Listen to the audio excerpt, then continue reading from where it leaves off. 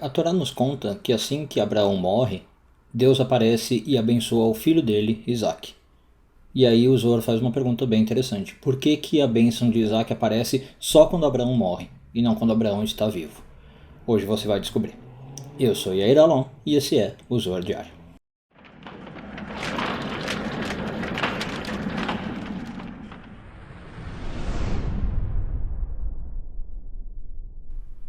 Essa semana estamos lendo a porção de Toldot. Vamos falar dos parágrafos 7 e 8 do Zohar. O versículo de Gênesis 25:11 diz que depois que Abraão morre, Deus aparece e abençoa Isaac.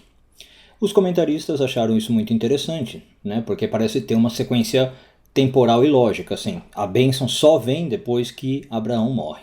E claro, então eles tentam explicar o que acontece. Uma leitura, né, que não é lá muito cabalística, mas é bem interessante pensar, diz que o que aconteceu? A gente sabe que Abraão tinha o filho dele, Ismael, que foi afastado, né, foi mandado embora, e Abraão sofreu muito com isso. Então, se Deus aparecesse e abençoasse Isaac enquanto Abraão estava vivo, Abraão podia ficar um pouco mal de um filho ter sido favorecido em prol do outro, né? E como Abraão era uma pessoa muito bondosa, Deus quis poupar ele disso. Então a ideia é, Deus esperou que Abraão morresse para poder abençoar o filho. Agora, a interpretação mais cabalística é a seguinte. Quando a palavra bênção aparece, é um termo bem genérico, o cabalista explica, os cabalistas explicam, o Zohar explica, para falar de um sucesso em geral na vida. Tá? Sucesso material, sucesso na vida amorosa, sucesso espiritual, não só o espiritual, como a gente poderia pensar que é uma bênção. Quando a Bíblia vem e fala que Deus abençoou Abraão ou que Deus abençoou Isaac, significa que ele prosperou em tudo. Então, quando a Bíblia aqui fala que a prosperidade de Isaac veio depois de Abraão, ela está ensinando algo muito sutil, que muitas vezes os filhos só prosperam quando o pai se afasta um pouco, ou quando o filho se afasta um pouco do pai.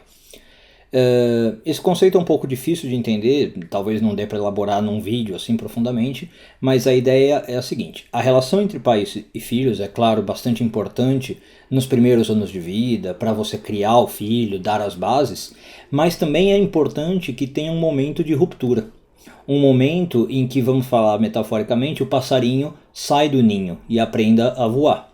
Então, nos primeiros momentos, o passarinho precisa ficar no ninho, receber o carinho da mãe, a comida da mãe, né? Mas uma hora ele também precisa sair de casa.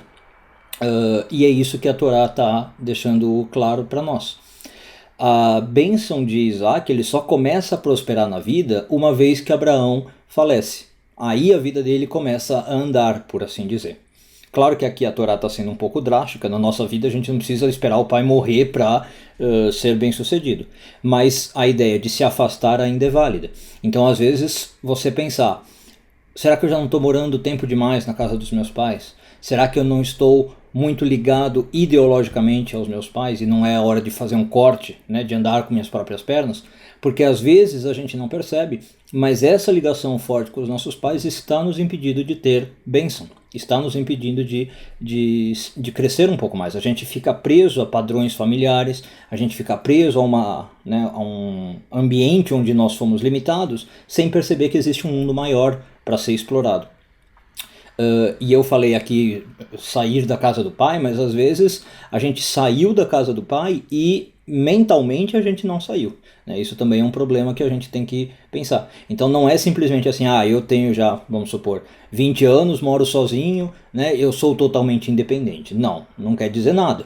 Você pode ter 20 anos, morar sozinho e ser totalmente dependente dos pais, não ter ainda sido abençoado, né? Como pode acontecer ao contrário, de você ter 30, 35, 40 anos, morar com seus pais por algum motivo, mas ser independente, né? Então, claro que não é o fato físico que importa, estar morando com os pais ou não. A questão é no sentido espiritual.